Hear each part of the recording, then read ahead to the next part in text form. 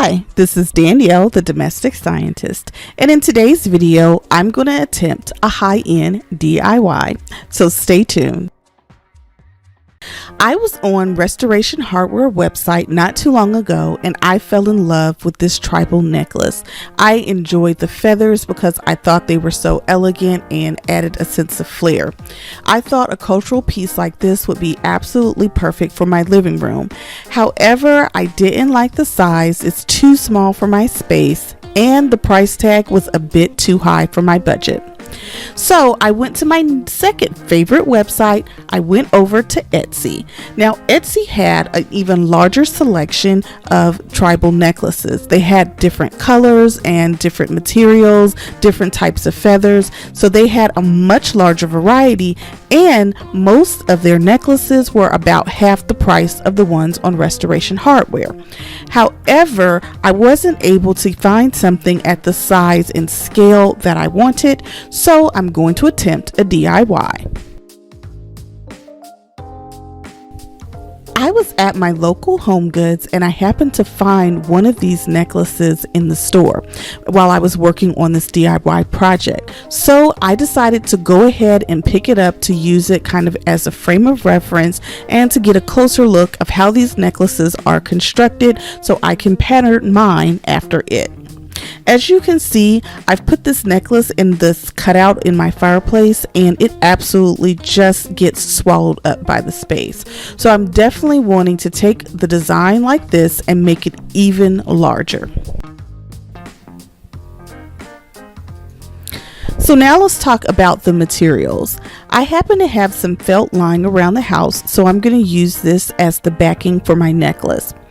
Also, I purchased these feathers from Amazon and also a bag of shells, and I'll put a link in the description box below.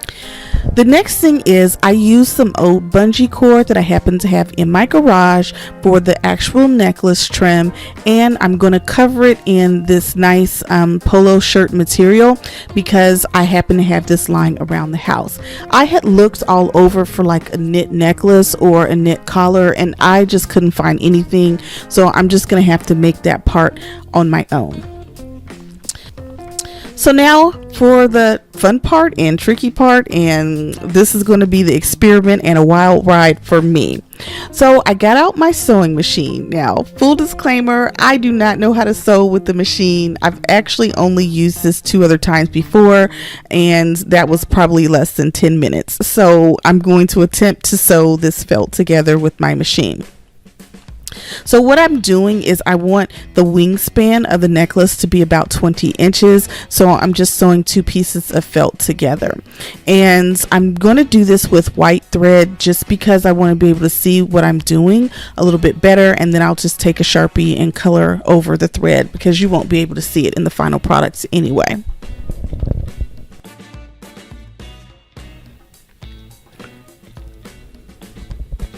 So I'm just going over this, and actually the first time I forgot to backstitch, so I'm going to go over this one more time and then I should be good to go.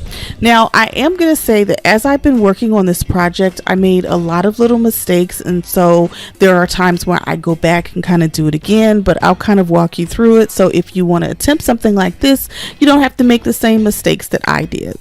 So the first thing I did, as I said earlier, is I just made those stitches straight down the middle because I wanted to just combine 2 pieces of felt to make sure that I had a 20-inch wingspan, and I think the depth of it was like 9 inches or so. And that's kind of how I started, but then I found out later that wasn't really the best thing to do. So now I have both of my pieces of felt sewn together for the collar, and now I just need to make the trim, and I'm going to make the trim by cutting a piece of this polo material, and I'm going to sew the ends together to create a pocket, and then I'm going to feed through my bungee cord.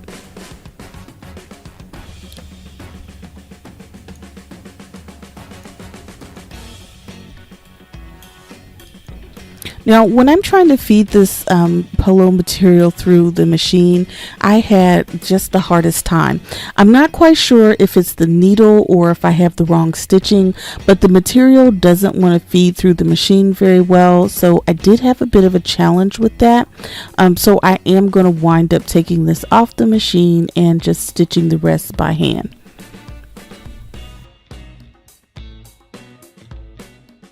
So here is another little mistake that I made while making the necklace. I was so busy trying to get it to be at the right size and scale that I wasn't necessarily thinking about the details of all of the angles that make the necklace attractive. So what wound up happening is when I realized that I couldn't really drape the felt material very much and that I needed to actually cut the scoop and the neckline into the necklace, I got a bowl that I had in my kitchen and I used that to kind of trace an even scoop neck. However, I think the bowl that I used was too wide, and so my cutting was a little bit more shallow and wide as opposed to a deep plunging scoop necklace. Now, that being said, once you assemble it and you have the feathers on, it kind of changes the shape of it a little bit. Now, while that is the case, it's not a deal breaker, but it is one of those things that there's no flexibility, there's no give, there's no draping. So whatever shape you make your base, that's all you really can work with, and you'll have to assemble all of your shells and all of your feathers around it. So there's no give and take on that. There's no draping possible. So you want to get your shapes and your contours just right, set them in place, and then continue to assemble. And that's one of those little things that I've learned. And it's not a deal breaker, but it does kind of tamper with the overall aesthetic of the necklace when the angles are slightly off. Now, that being said, it's just one of those things that I hope you find helpful in case you decide to try this project. So the next thing that I want to talk about, a little issue that I encountered, was kind of the cordage leave out situation that I had going on here. So the original necklace has this beautiful white collar on it, and it's like a knit woven collar, and it's very thick, and that is kind of like the trim, and then all of your shells are pushed right up against it for a nice tight fit. So because I couldn't find anything, I decided to make my own using this bungee cord and this polo shirt material that's overlaid, and it actually works very well in terms of providing a trim for your collar. However, if you were to do something like this, then you kind of have to address the cordage situation. Now, at first I was going to try to connect both ends of the necklace, and so that black cordage was going to be exposed, and that was my initial thought. However, I kind of changed my mind as I was trying to mount the necklace because I just didn't like the two-tone aspect of it. So you have this white thick trim, and then all of a sudden everything turns black, and I just didn't like the harsh contrast between the two. So I wind up sewing a little bit of that felt around the cordage to kind of cap it off a little bit on one side, and I didn't like the way that went, so on the other side I kind of left it free, and I wasn't sure which way was the best to address it, so I did a little bit of both. And as I found, the way I mounted it, I didn't need the cordage, so I could have just tucked both sides under. And the other thing that you really want to consider is how you're going to leave that top edge of the collar, and you want to make sure that you have enough of a lip to kind of wrap and bring those feathers all the way up to the edge so that you don't have any jagged edges at the very top of the necklace.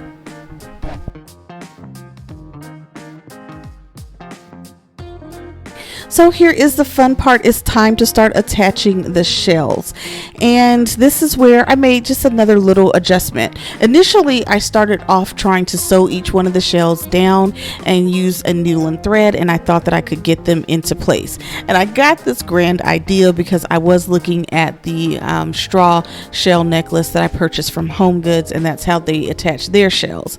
However, I soon started to realize that was going to be super labor intensive, and I couldn't get the shell to stay in the exact perfect position the whole way through. So I decided to go ahead and start using hot glue to attach the shells. So the first thing I'll say is these are natural shells, and they are a cross section of a cylinder shaped shell. so I don't have a flat surface to work with on the very back of the necklace. That being said, I really have to be strategic about how I'm placing my glue. So I have a little bit of a lip at the very top of the shell and a little bit of lip at the bottom of the shell that I can work with, that has a smooth surface that I can get some good contact with the felt. Towards the middle of the shell, there's just too much of an opening. It's not a flat surface, and if I was to put huge globs of glue down there, I don't want it to come through the center of the shell and to be unappealing from the front. So I'm just going to put a nice, very generous amount of glue on the very tip of the shell at the top and a little bit at the bottom if I can. And what you want to do is put a large amount of glue and press very firmly into the felt. And what that's going to do is it's going to drive the glue deeper and deeper into the felt so you get good contact and that the shells will not move. Because after a while they will get a little bit heavy, and you don't want it to be too heavy to support the weight of the shells. So I went ahead and I glued the first 2 rows of my shells down, and then I started with my feathers. Now that's where I made another small mistake. So the feathers are really great because they already come on a track and they are attached at the very top. So you don't have to individually glue down each feather for this necklace, although that would give you a little bit more control over the shape, but I'll get to that in a second. So what happens is I have that satin ribbon at the very top that's holding all the feathers together on this track, and I went ahead and started gluing it down. However, I didn't realize how wide that satin lip was, so I should have put down 1 row of shells, then the feathers, and then do 2 rows of shells right on top of that satin so that you don't see any of the satin peeking out from up under the shells. So unfortunately, I do have a little bit of satin showing, but it's really not obvious, and it's only in certain parts of the necklace, so it's another little thing to take into consideration if you're going to do it, but certainly not a deal breaker. Now that being said, I think this satin feather track is just so great and so easy to use.